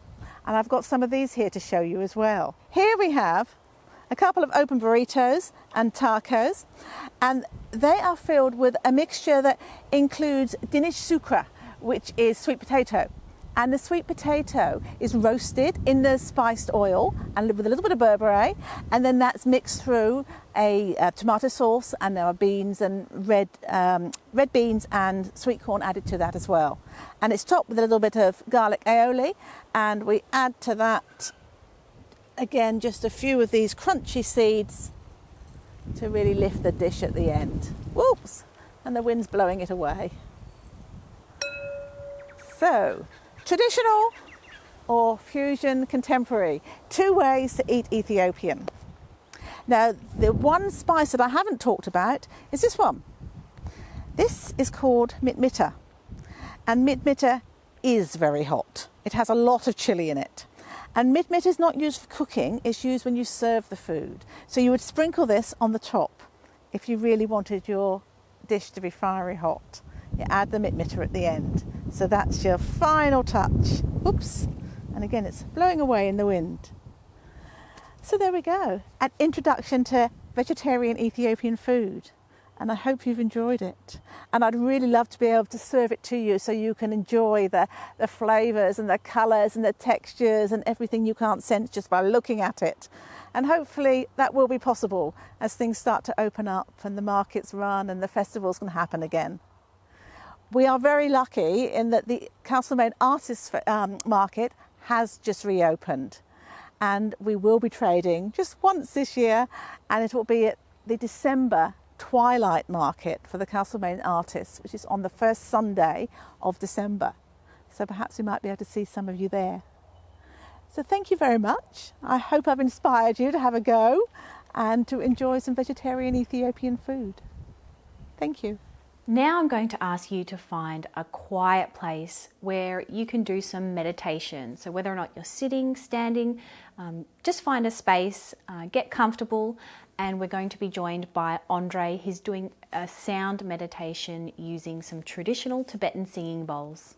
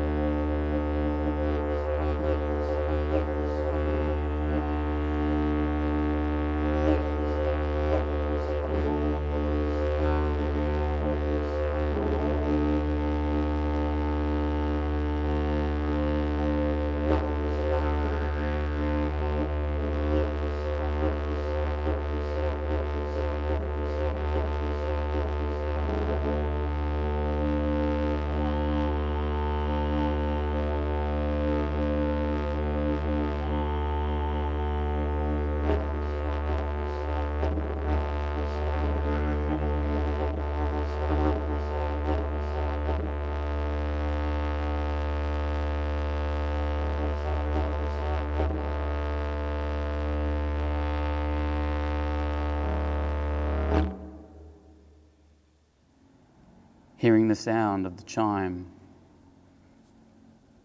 once, twice, and 3 times, we'll hear the sounds of the Tibetan singing bowls.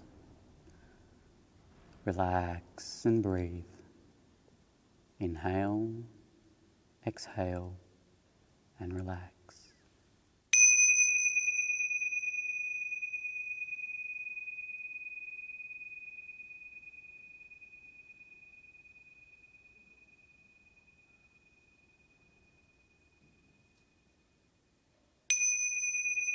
Breathe in and breathe out. Relax.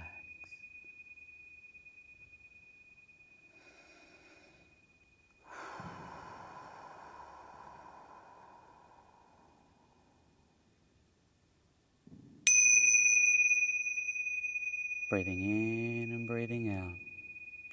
Release all the tension and stress in your body. Relax deeply.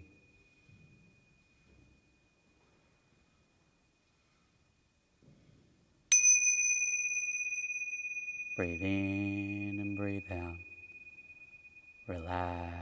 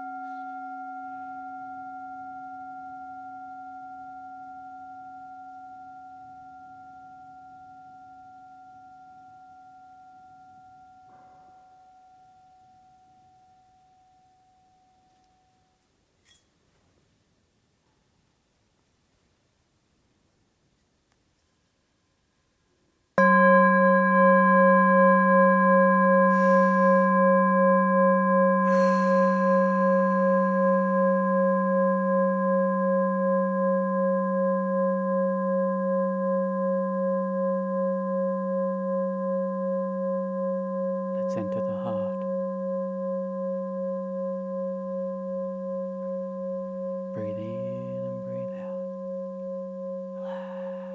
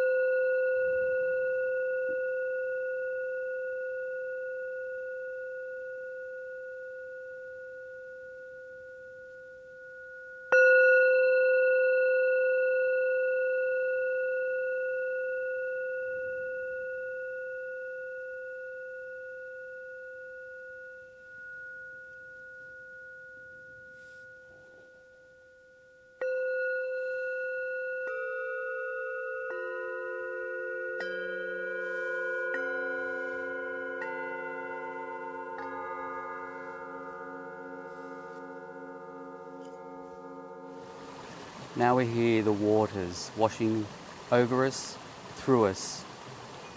We gently caress ourselves out of this beautiful meditation and hear the sound of the chime once again.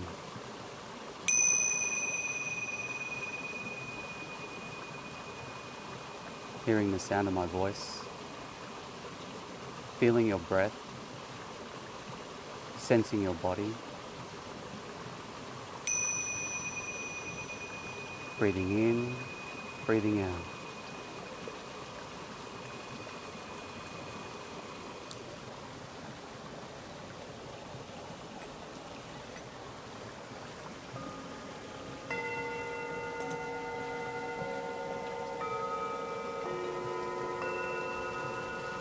Breathing in and breathing out.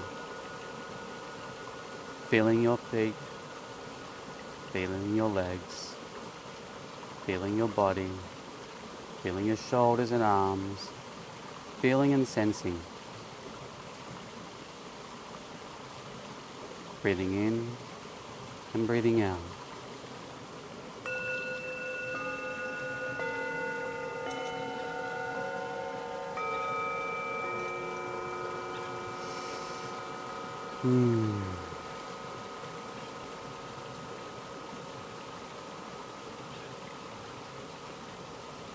Gently open your eyes.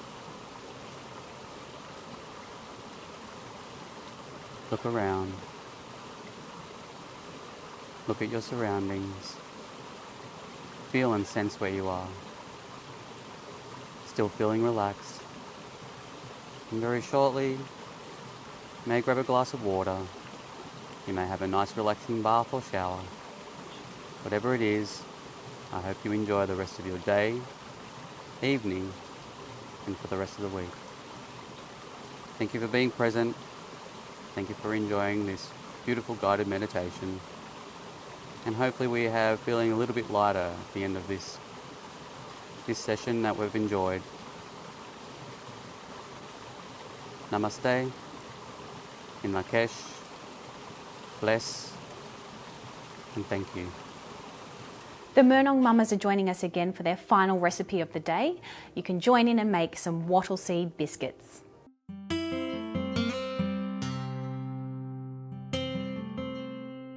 And now we're going to do the wattle seed biscuits.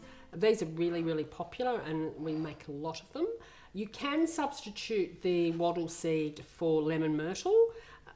Today we're going to do the wattle seed. So we've got our ground and roasted wattle seed here, and then if you so choose, you can also use a lemon myrtle instead. So we've got that here today as well. Okay, so we just need to soften the butter a little bit. Not too soft. But,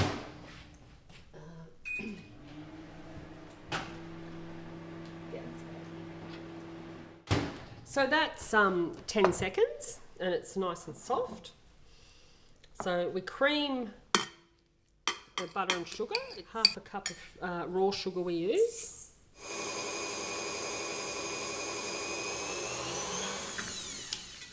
Make sure it's mixing really well, which it is. Optional if you want to use vanilla. We don't often use it because we think the wattle seed is strong enough. And I'm going to add the egg. Always make sure your eggs aren't cold, that they're warm. And we'll leave that on for 5 minutes. So you just want to make sure that the sugar has dissolved into the butter, it's homogeneous, and where the aim is to add a little bit of air and a bit of volume into the mixture. I'm going to turn it off now, and we're going to add the wattle seed. So I'll get Claire to put a tablespoon of wattle seed in.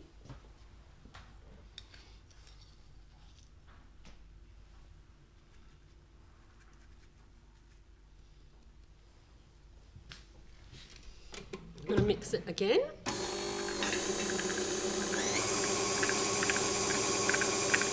I'm just going to make sure that the wattle seed's not all sitting on the sides.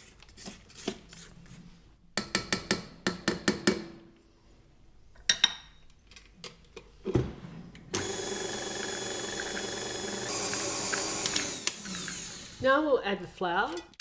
I'll get Claire to do that. And today we're going to use this flour that's produced, well, it's actually milled and packed, proudly milled and packed in Harcourt. A beautiful flour.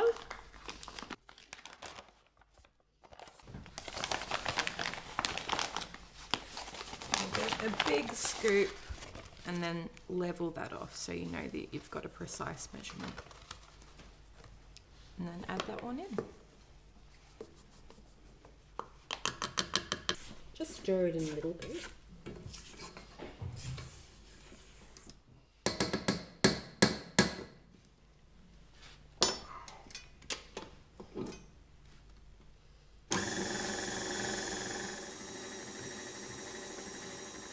You might want to add more wattle seed. It's completely up to you. I reckon add a little bit more.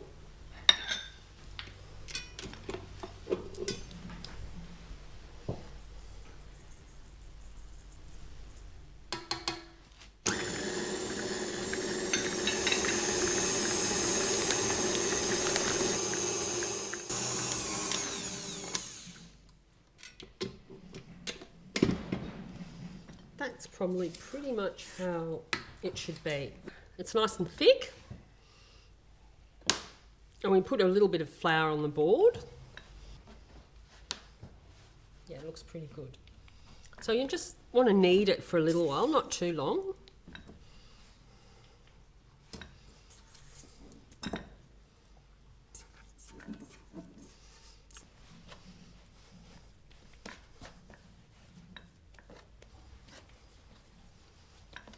And I put a little bit more flour in it so it's not too sticky.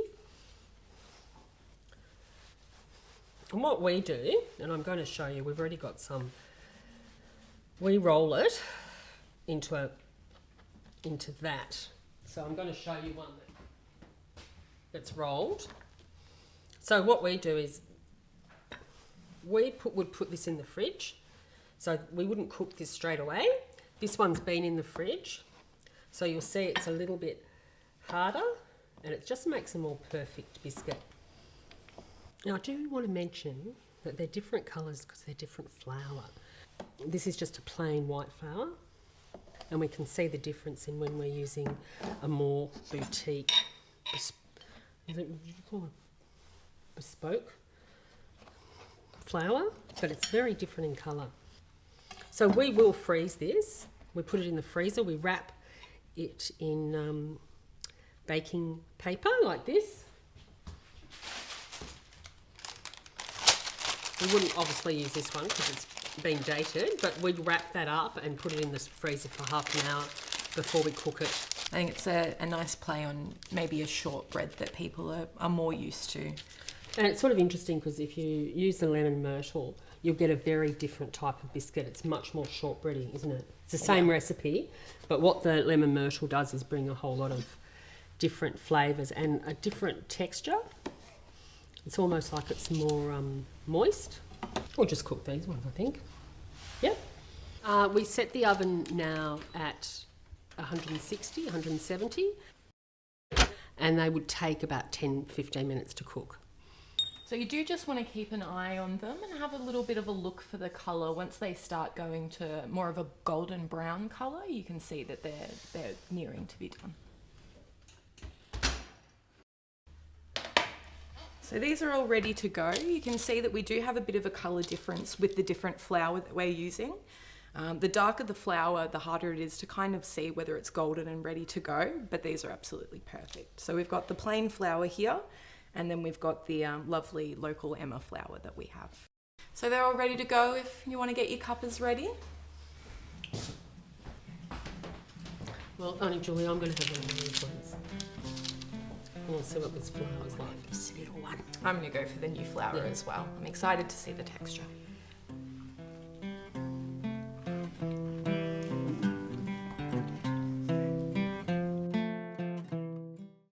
One of our tour guides, Adam, is now going to show you around inside the Great Stupa. He'll show you the Jade Buddha for universal peace, as well as our collection of holy relics.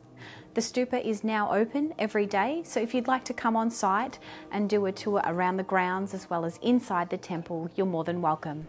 Welcome to the Great Stupa of Universal Compassion here in Bendigo. After 9 years and 130 cities, the Jade Buddha has finally made it to Bendigo. This is 4 tonne of gem quality jade, a single solid piece, and I've learned it took 4 men 3.5 years to carve this statue in Thailand. And I can share with you, they did not carve this the old-fashioned way. This was done with high-speed machines and lots of water. I can also share with you, there is more to this statue yet to come. The Jade Halo is being prepared so that it can be attached to the back of the statue, and that will add a further 800 kilos of jade to this beautiful masterpiece. Welcome to the relics area of the Great Stupa. Here you can circumambulate the precious relics, some of which are from Shakyamuni himself. There are also many relics from many other traditions here. In time, this entire area will be moved up to level 6 and circumambulation will be possible up there.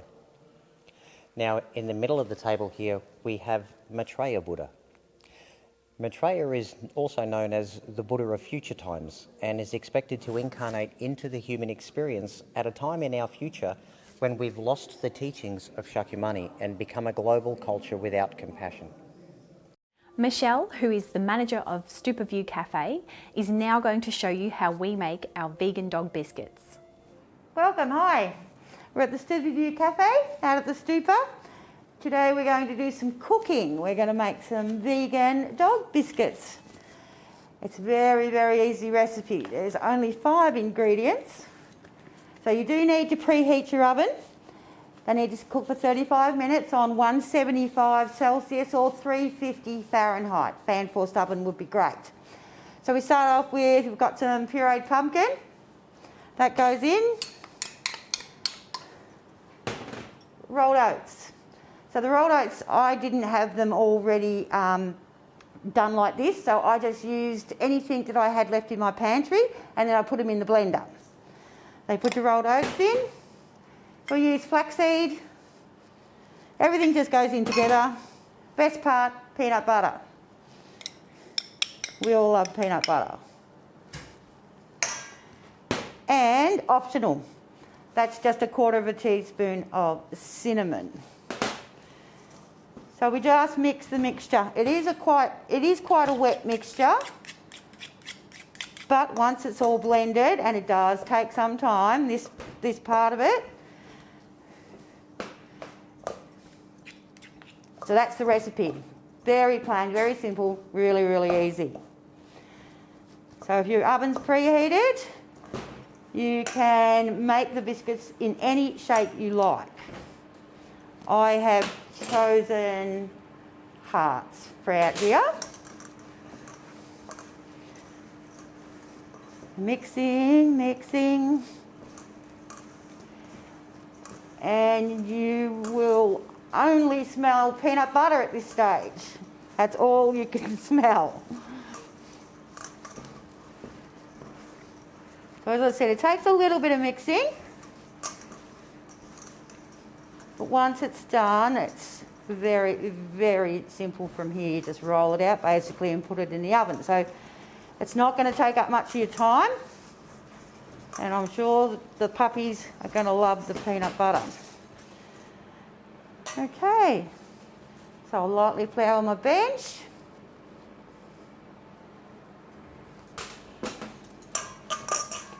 And there it is.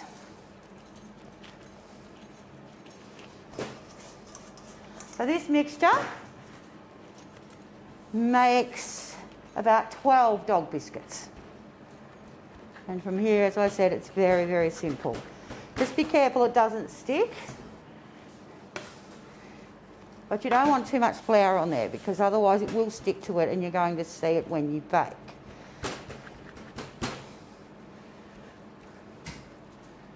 So you just roll her out. You probably want it about 3-4 centimetres and that'll give you your 12 biscuits. Now you'll see in the recipe, so you just cut them out. And as I said, it's a bit sticky, so just it helps just to get them on. I'll pop the board over here so you can see.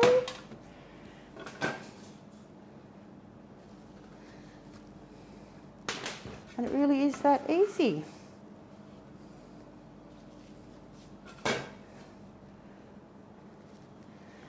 And keep cutting.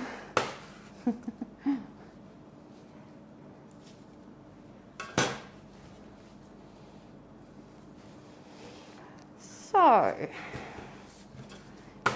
just to get to it, here's some I did prepare earlier.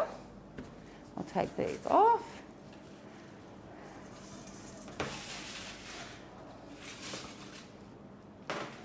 And there they are, those are ready. They've been baked in your oven. So 175 or 350. And there they are.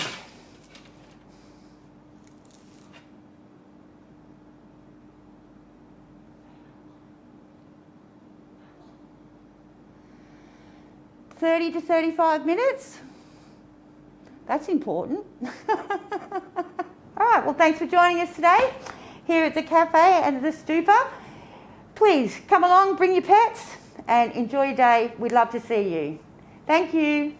Adam is now going to blow the Tibetan Horn to symbolise the ending of Vegetarian Festival 2020. Now this extraordinary instrument is our short Tibetan horn. Yes, I said short. The long ones are up to 9 metres. This amazing instrument was donated to us a little over 2 years ago now by a lady who brought it from Tibet in 1966, and she said it was old then. Traditionally, they're blown from temples for festivals and ceremonies. Today, I'd like to demonstrate for you.